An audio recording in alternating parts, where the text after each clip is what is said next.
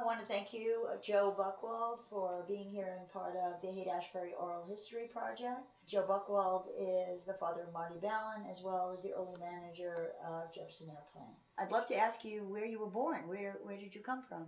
And maybe a little about your father and your mother, your brothers and your sisters.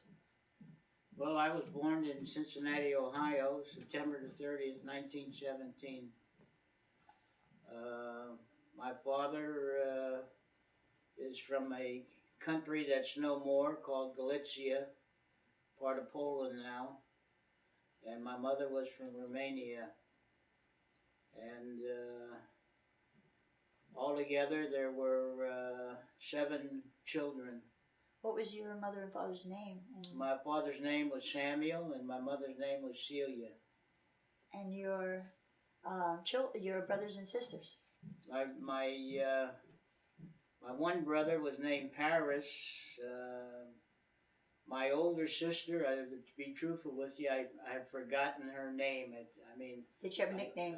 I really haven't seen her in many years. But my others, my one brother was named Simon, my other brother was named Isaac, and my sister was named Rose. Beautiful, beautiful. It tells me a lot about you. Where were you born?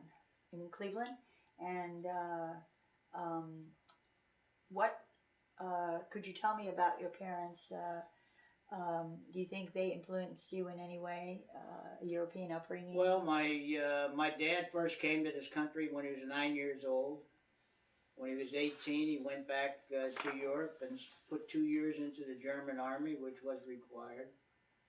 After his 2 years in the German army, he came back to America. My mother came here when she was 18, and they both were in the needle trades.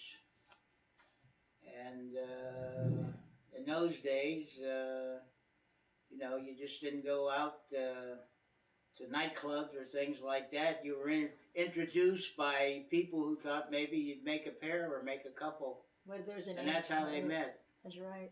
Like in Fiddler on the Roof, the matchmaker, kind of thing. If there was anything you could say about your parents, what would you say? Well, my mother was very hardworking person. She had no education. She couldn't read or write. But she had a lot of street smarts. My father was well educated. He spoke about 7 different languages. And he was very successful in the needle trades. Then you yourself, you got married at some point? Yeah, I got married after I turned 19. In Cleveland? No, I got married in Covington, Kentucky. No, I take it back, Newport, Kentucky. Okay. Because you couldn't get married in Ohio unless you were 21. But you could go over to Newport and lie about your age, and there was no problem. How did you? What was your wife's name? My wife's name was Catherine Eugenia Edmonds. And I think you said you had a picture of your wife? Yeah, I have a picture here.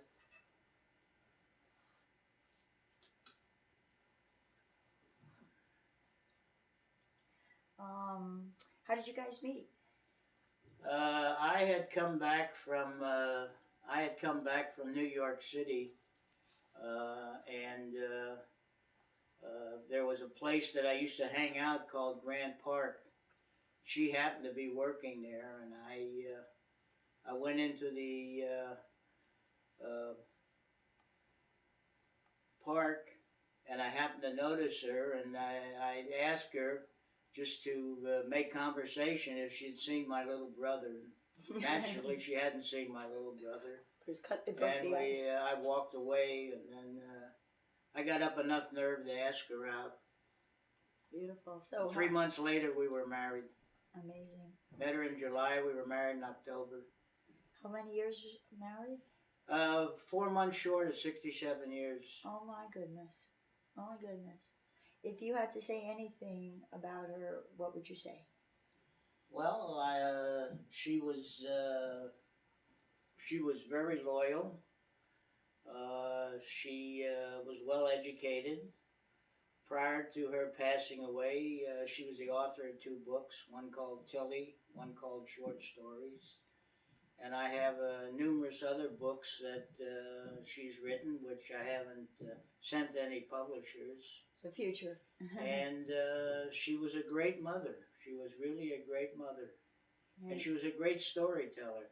Amazing. Yeah. When did she pass on? She died June the 3rd, 2003. Well, we miss her, and I feel her presence with us right now. So, the 2 of you had some children? Yeah, I had a boy and I had a girl. My girl was the oldest by 3 years. And what was her name? Her name was Marilyn Joan. And then you had a boy? And the boy was named Martin Jarrell. Martin Jarrell. Where were the children born? The children were born in Cincinnati, Ohio. And then at some point you came out to San Francisco. Yeah, I came out to San Francisco after I was discharged from the Navy in 1946. Actually, I first came out here in 1944. I was in the Navy at that time, and I went overseas, and I was discharged January 46. And then we spent about a year in Cincinnati, Ohio, sold everything, and came out here in 1947. Your 2 children, do you remember approximately what year they were born? Yeah, Joan was born October the 16th, 1938. She was 66 when she passed away. And Marty was born January the 30th, 1942. Do you have any pictures with you of your family? Yeah, Maybe we I can have, look at them one by one, and you tell us who they are. Yeah. Whoops. This is a picture of Marty and his young daughter, Delaney. So Martin became Marty at a certain point. Yeah, yeah. Was he called Martin through school?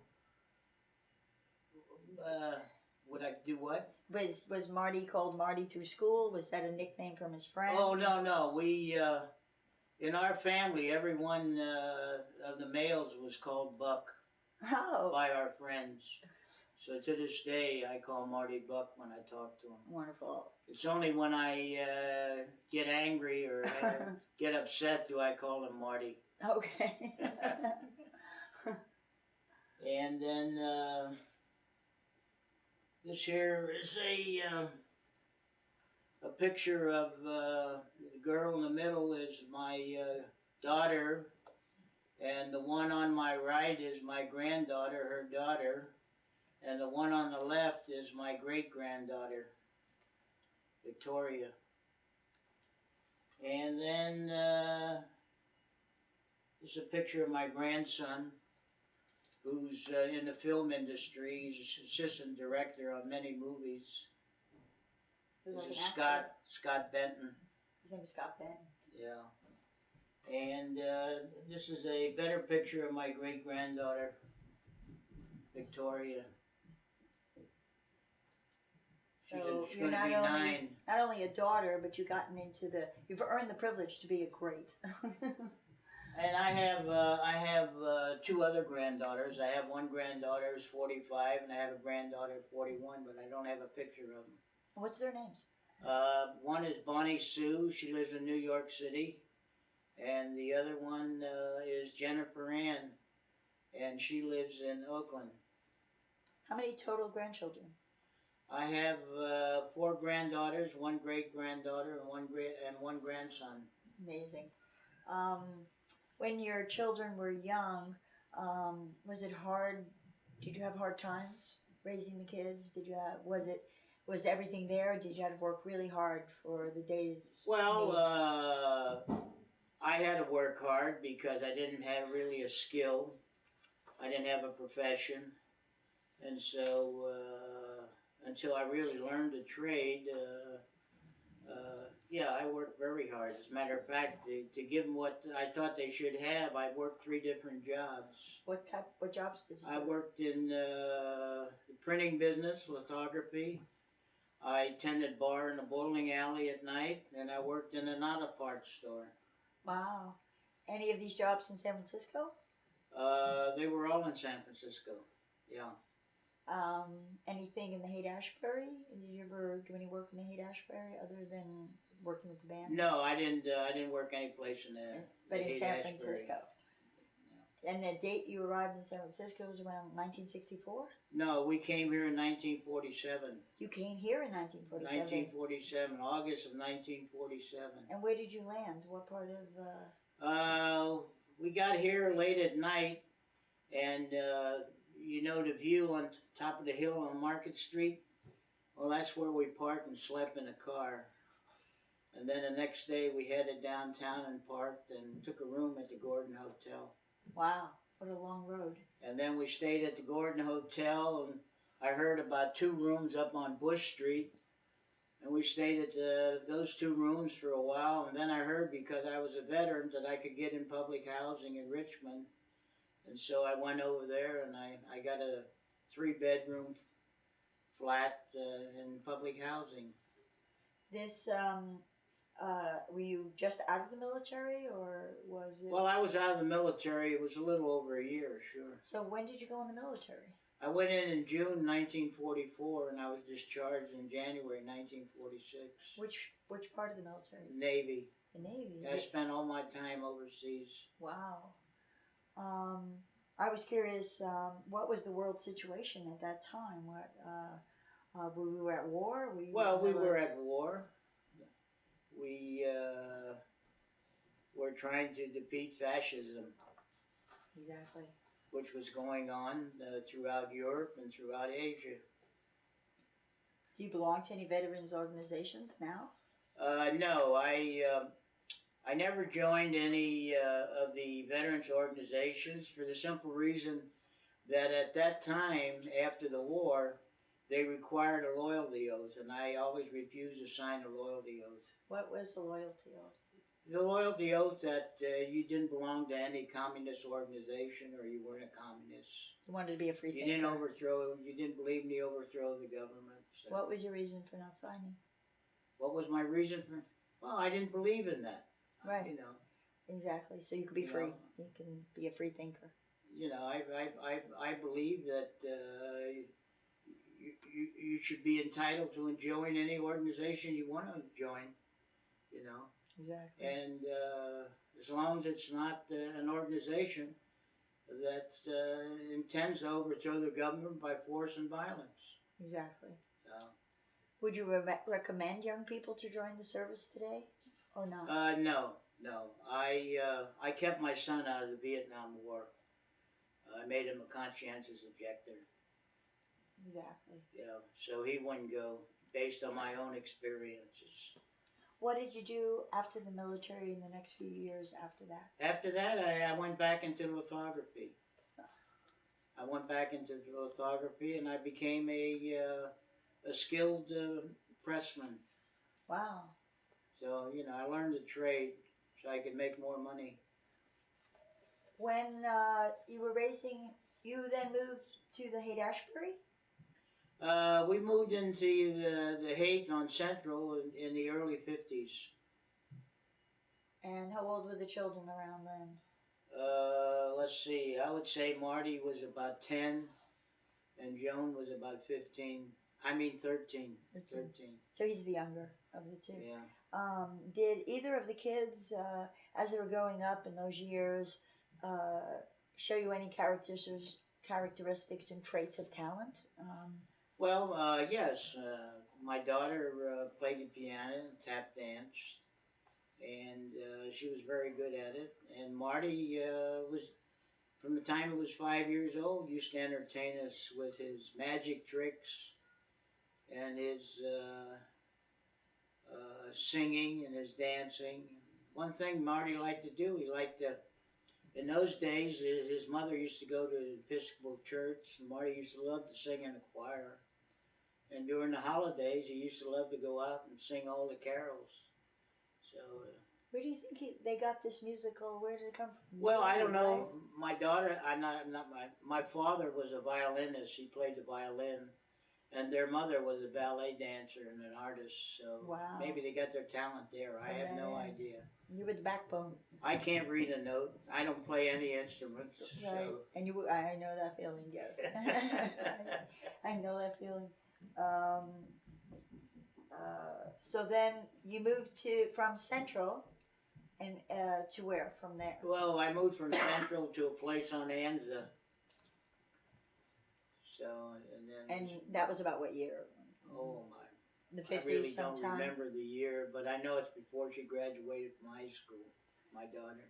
What year and what inspired you to move to the Haight Ashbury area? Well, a friend of mine lived there on Central, on the second floor, and the first floor was empty. And I wanted to get back to San Francisco from the housing project. Right. And so I took that flat. That was the reason for that. And when Marty was about how old at that point? Teenager? Or? No, I would say it was still about in 10 school? then. Yeah, I think it was about 10. And then when did you move? I believe your house on Belvedere? On Belvedere, my daughter first had the house. And then she got involved. She has a PhD in education. She got involved with Stanford doing these different projects, teaching teachers how to teach and teaching students how to learn. And she did a lot of traveling, and so I just took over the house and moved into it. Super. And when was that about? Gosh, I've been there, 16, 17 years. So. Wow. So, and that's where you're presently... 1988 or something like that. And that's where you're presently living on Belvedere? What's that? Is that where you're presently living? Yeah. So, you were probably living on Central, am I correct, when you started coming to the Haight Ashbury? Well, when I lived on Central, there was one great deli right around the corner where everybody used to go to and charge their groceries if you didn't have cash. There were a lot of empty stores. Those were the days when the neighborhood was... And you had the Straight Theater, Right. So we used to go there once a week. What happened at the Straight Theater when you would go? Just see movies. And they showed... So it was a movie house. Yeah, I've heard it was a very good, cheap at that time. Very reasonable. Movie house. And they advertised what was going to be playing, and once a week they showed the movies? Yeah. And what day do you remember of the week that they did that? I don't recall, what days. And your whole family used to go, or yeah, the whole family. It was an outing, yeah. reasonable. Yeah. Yeah, we were very close. We did everything together. Were you involved at all when your children became serious about their music? Did your daughter ever become serious about her No, music? my daughter never became serious about music or dancing. She became serious about education. She was very serious about education and trying to make things better for teachers, trying to make things better for students. And then children. And that was her career. Yes, and Marty. Marty became interested in music and dancing, and a friend of his. I don't know if you ever remember the theater in the Round. Sure. Down on South Van Ness. Sure. Across from the, I forget the name of the fast food place. A friend of Marty's went down there. Marty was about 16 at the time, I think. And he's told Marty he was going down to try out for a part in the theater around.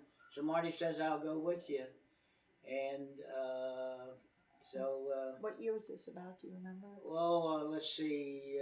I would say about 1958. Okay. And so Marty went down there, and they asked him to try out. And he was in quite a few things down there. He was in Guys and Dolls. He was in some Shakespeare stuff, and that's where we met Bill Graham.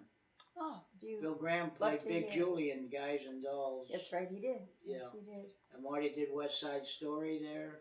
So was Marty in the same performance with Bill? Yeah, yeah, he was in Guys and Dolls. I forget Amazing. what Marty was doing, but like I say, that's when we met Bill. A lot of people don't realize that performers in music have other sides to them.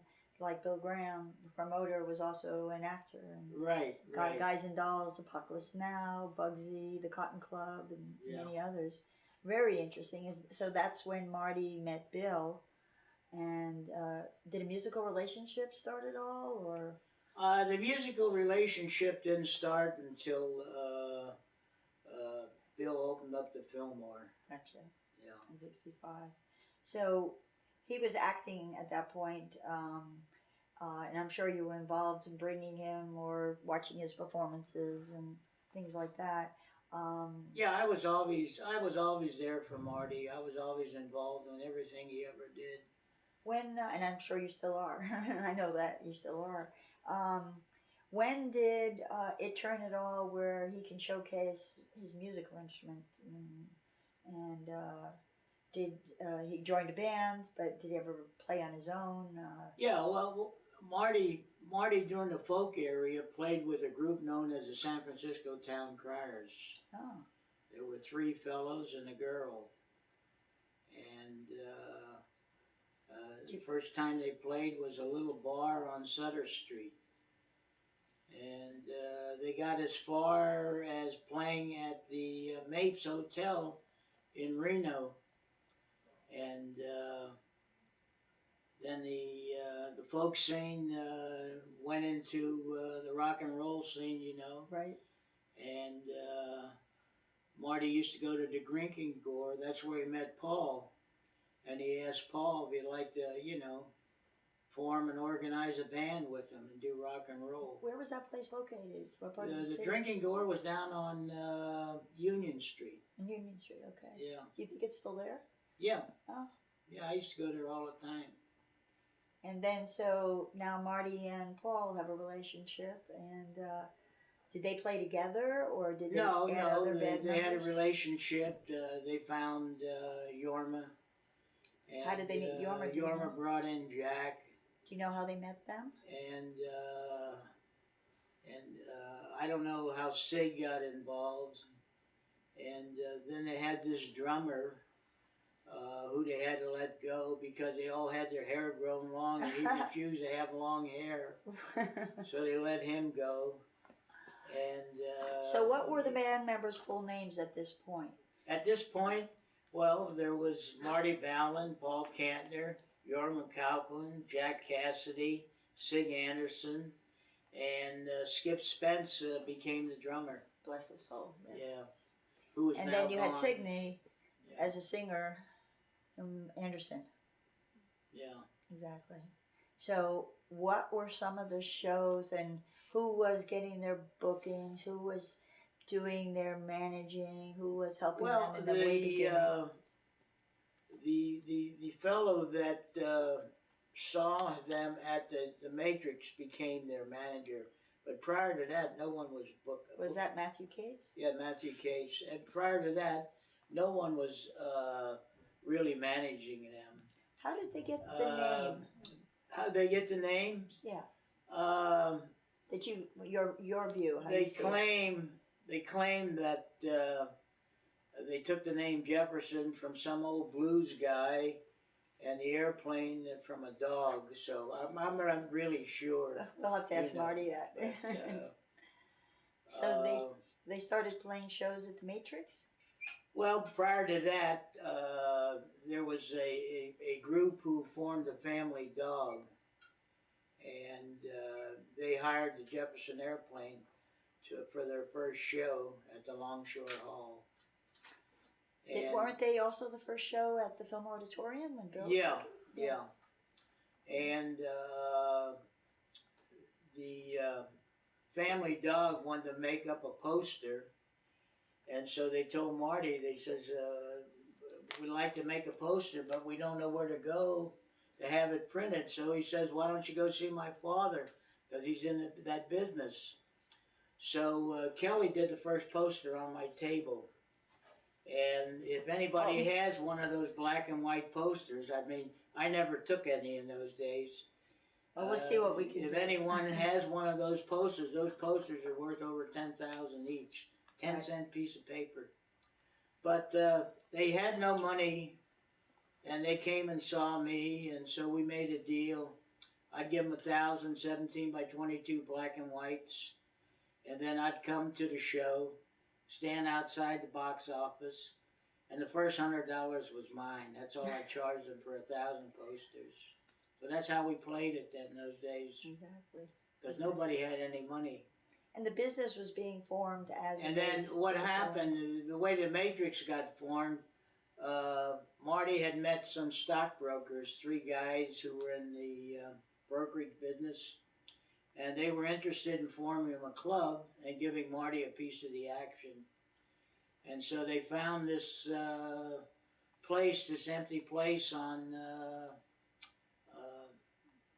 let's see, I think it's Chestnut, yeah, next to the Pierce Annex. And they opened up a club called the Matrix. And right now it's right off of Lombard. Yeah, exactly. Right off of Union there in Fillmore, yeah. Exactly. And the first act and the house band was a Jefferson Airplane. And so... this was a small place. It was a very small place. And the first night it was just jam-packed full. How many do you think it would hold? Oh, I don't know, no more than 150. Right. So... were the lines at some point just around the block? Yeah, and you couldn't get in? Yeah, it was always packed. It was always, everybody played there. Quicksilver, Santana, Big Brother and the Holding Company, Beautiful Day. Exactly. You know, the Grateful Dead. And Wes Wilson did a lot of artwork on those shows. Well, Wes Wilson, he did the artwork mainly for Bill, you know. Mm-hmm. Yeah, he mainly...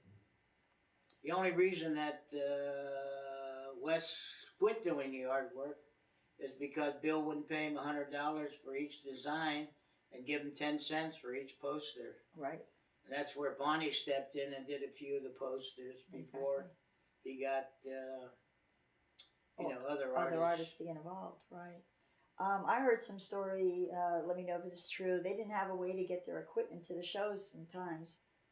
And there was something about taking a bus ride with their equipment. That they would take a bus from where they were. They would hand carry their equipment to get to. Yeah, because they couldn't afford to hire a truck. So they would take all their equipment on the bus with them, drums, you name it, and they got to there, and that's how they got there and got home. Or got lucky and had somebody with the truck or something. Or somebody with a car. Exactly. Yeah. So, were you involved any other way at that point besides printing their posters? Did you see yourself getting more involved? The only way I was involved was with Marty. I mean, in the beginning you said something about me managing the airplane. I never did manage the airplane. You were like there were certain people in the group that wanted me. There were other people that didn't want me because I was Marty's father. I won't mention their names, but that's the way it stacked up. That's the way it moved. They felt that I would favor Marty against everybody else. But you were like Marty's personal manager. Well, I've always been Marty's. I've been Marty's personal manager, his gopher, his attorney, his accountant. You know, his legal advisor. Exactly. You know. So through the Matrix days. And Matthew Cates was their manager eventually. Well, Matthew Cates came into the picture. He saw him at the Matrix, and he told him he could get him a recording deal. And it was the first time in the history of the recording business that anybody ever got an advance. So he got him a $25,000 advance, which made them very happy. But they so they signed with him. What did they do with the money? Did they buy equipment? But I think... I mean, it's hard for me to say whether he kept most of the money because of expenses or what happened. Exactly. But after about 2 years, they decided to drop him because they weren't benefiting like they thought they should. And then after they dropped Kate's, he didn't sue until the Pillow album became successful. Right. And then he filed suit. And then we spent 25 years in litigation. And that litigation ate up millions of dollars in publishing and mechanical monies that they had coming from RCA. Jefferson Airplane, as well as Moby Grape, as well as It's a Beautiful Day, went through a lot of that same. Well, yeah. Road. Even today, Matthew spends his life just suing. Right. He's got sues going left and right. It's become a profession. Yeah, yeah. He's called me up many times to find out certain information, and he leaves his number, and I never call him back. I think I'm not interested. I think everybody in the family sort of plays it the same way. You know. At this point. That's his life's goal: sue everybody. Right. When Kate's left the scene, who picked up the management and the booking and? Bill Graham came in as their manager. And the reason they left Graham is because he worked them too much. He Right. booked them too much. At a certain point, Grace Slick got involved. Yeah, Sig left the band. Sig left the band in Chicago. She had married a guy who took it upon himself to convince her that she was the star and that she should have better conditions and better benefits and more money. And they had a little baby. And when they played Chicago, they were living in a little cold water room. And so he convinced her to leave the band. And then There was no singer. the band at that time was living on Fell Street. Jack was living there. Marty was living there. I don't know if Paul was there or not, or Yorman. That's the building with the big white columns. And they were discussing getting another girl. I was there at the time. And I mentioned to them that Great Society had broken up and Grace Slick was free, you know. Why don't they talk to her? So they decided to send Jack to talk to her, and that's how that came about. What year was that about? Gosh, I don't... It could have been, let's see, the Mid-60s? Pillow album came out, what, 67? So it might have been 67, 68, I'm not sure. And then, so at that point, we had Grace. Do you remember the first show that was played with Grace? I don't remember the first show, no. One of the first few shows? I don't remember the first show. But Bill was managing at that time, and Grace had brought in these two songs, White Rabbit, Somebody to Love, and Today was on the album. And Graham wanted the song Today, Marty's song, to be the single, and Paul kept insisting on Grace's song, Somebody to Love, you know, and White Rabbit. And when push came to shove, it was Somebody to Love. Didn't Marty write a song, The Summer of Love? Yeah, Marty wrote a song, but that's much later. Much later. Much later. Is that after 67? Oh, yeah, way yeah. He wrote The Summer of Love, somewhere in the late 80s or early 90s. Yeah. So they were living at that almost small mansion on Fell Street. Well, they bought that mansion. They bought that mansion for $70,000 at the time. It was all run down. It's the same mansion that Caruso stayed in the 1906 earthquake. What street's that between? That's on Fulton. I can't remember the cross street. Right near the park. So they used that as their office, and everybody stayed there. Yeah, Paul had a room there. I've been there. So the rest of them, you know. Exactly. Marty had a room there. There was some kind of rumor that they all drove Mercedes or Rolls Royces or no, that airplane wasn't, hangar no, or something. No. Marty had an old Volkswagen. I don't know what Paul drove. The guy that drove the best car was Yorman. I think he bought, is there such a car as a Lotus or something like that? Yes. Yeah, he bought something like that. Yeah, they're all, I mean, when you got a name like Airplane, you got a band name like Jefferson Airplane, and all kinds of rumors go through.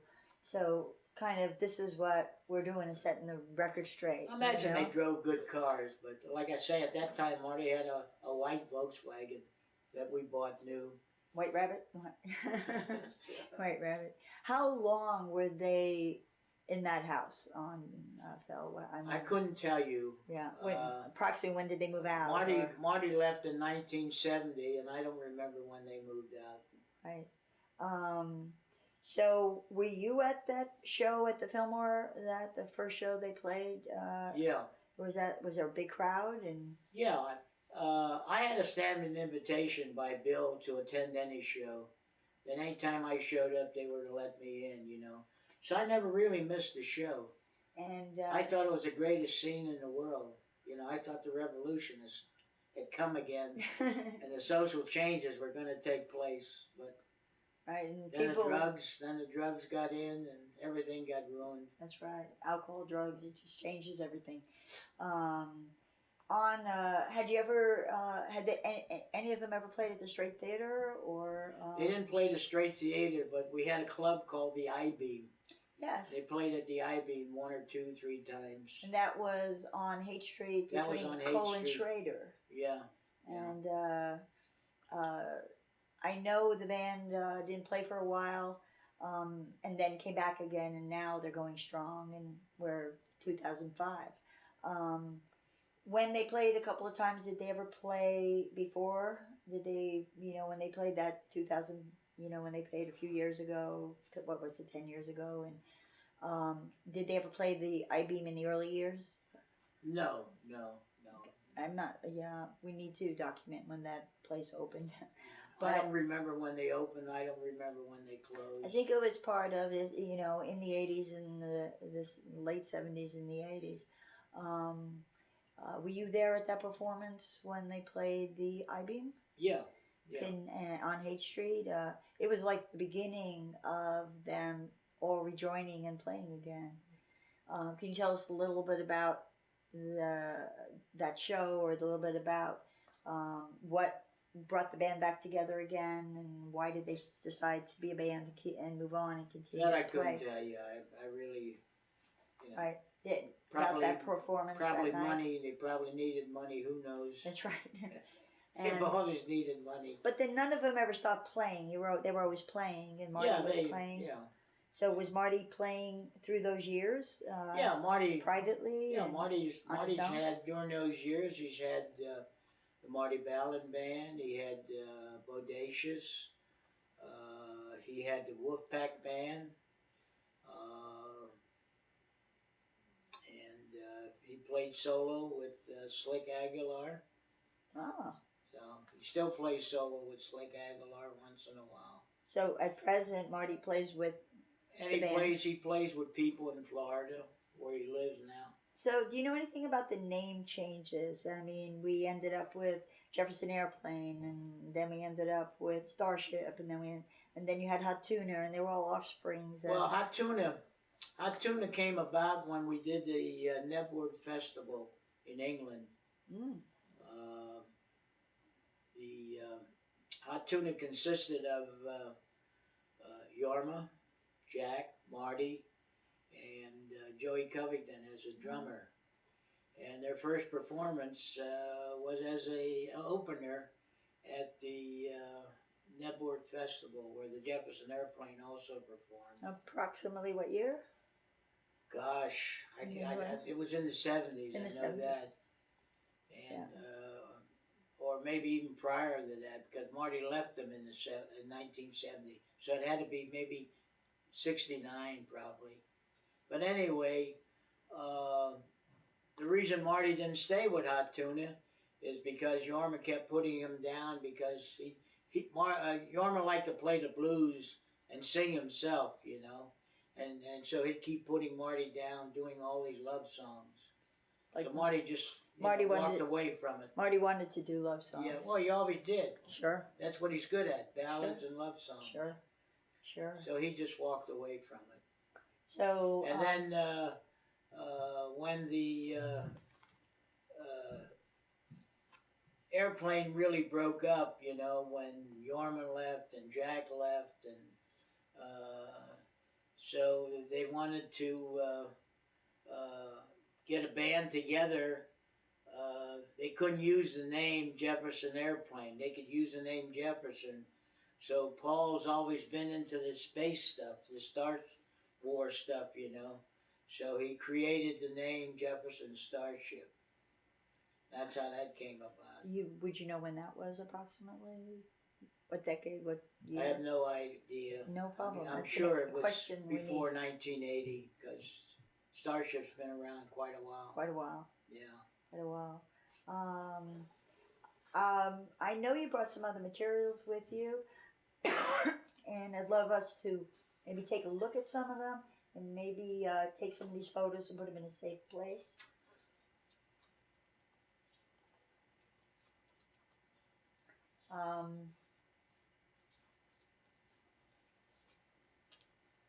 Well, these are just when we played Japan as a Marty Ballin band. So these are just. So the band really did world tours and went everywhere. Yeah. So pretty much everywhere in the world they're singing their songs. In the early 80s, EMI sent us over to record in Japan, you know, and so. So BMI send you over to Japan to record? What's that? Where did they send you, BMI? They sent us to Tokyo to record for EMI Tokyo. Right. So we went over there with a band. This is an article in what publication?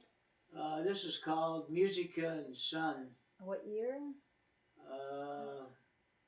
1982. Okay, so that's about then.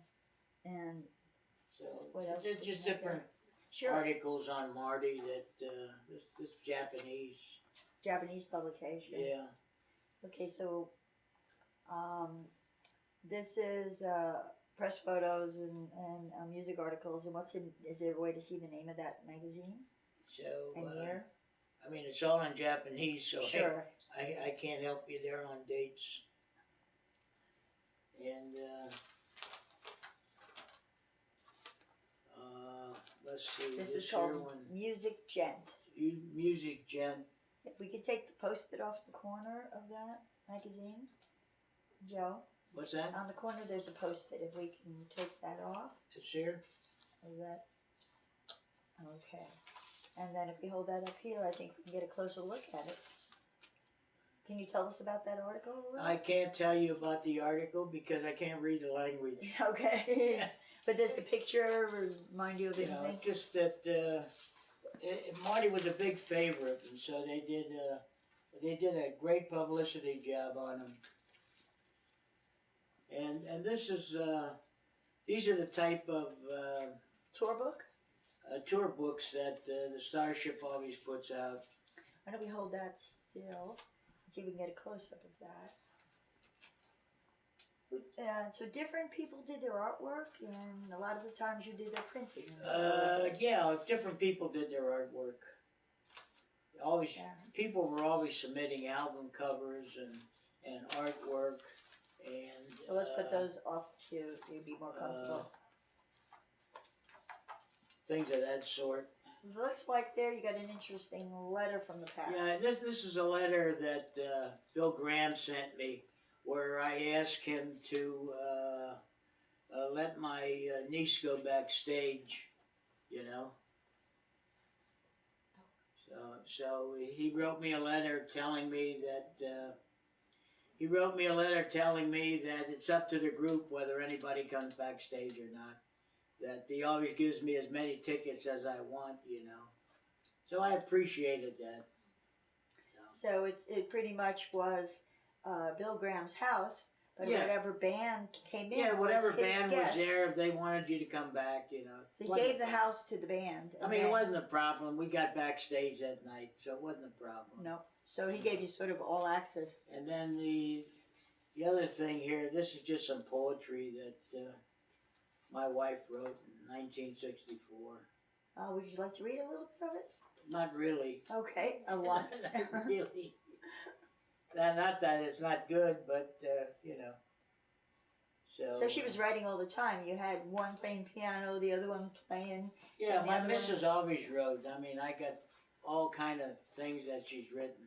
In the future, maybe you could put it together and have artwork and poetry, and Yeah, I hope so. I hope so.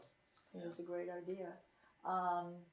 When in the days of the Straight Theater and in that period in the '60s in the Haight Ashbury, if you would be walking down the street, in your memory, are there any changes on the street? Was there anything there that is not here now that you remember? Now you have all the stores are occupied. You have shoe stores. You have clothing stores. You have restaurants. So it's a whole new scene. In those days, in the hippie days, you had a lot of empty stores. Right. The tour buses used to come through. People would be scared to death to get off of them, seeing all these weird people. Do you remember? According to them. But today, there's still a lot of young people trying to relive the 60s. Yep. But I don't think that's possible.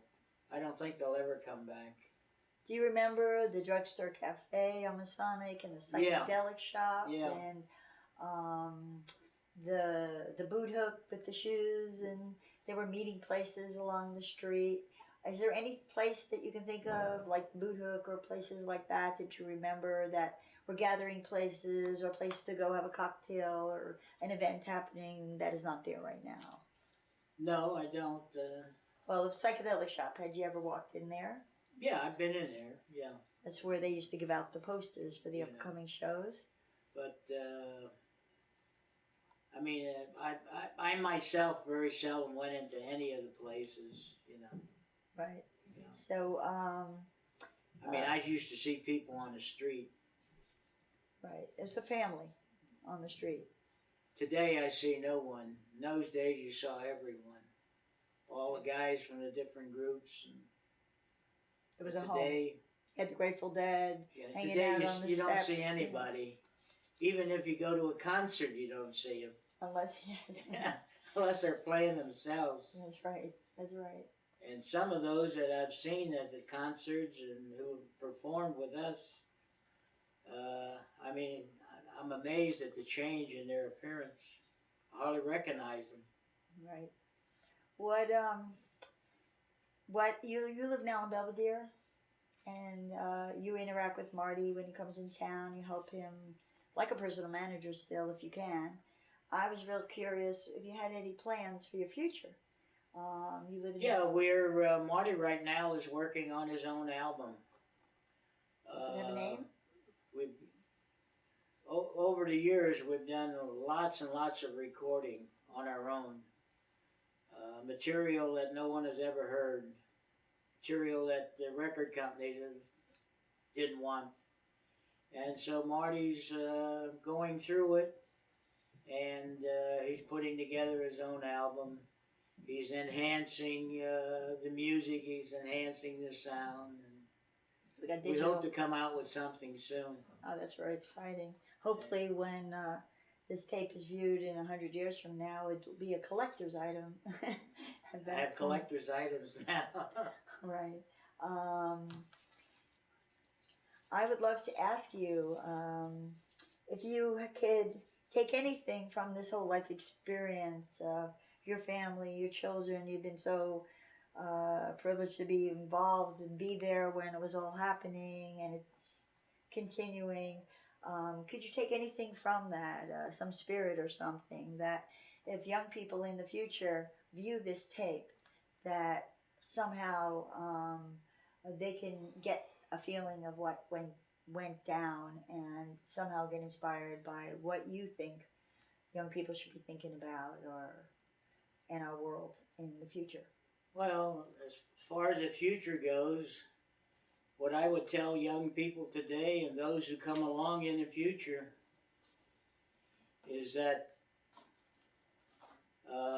we look beyond race, we look beyond the color of our skin, we look at each other as being just human beings who, are in this world really a short time, and that you know, you're your brother's keeper, and you should be helping each other and doing for each other, and eliminating the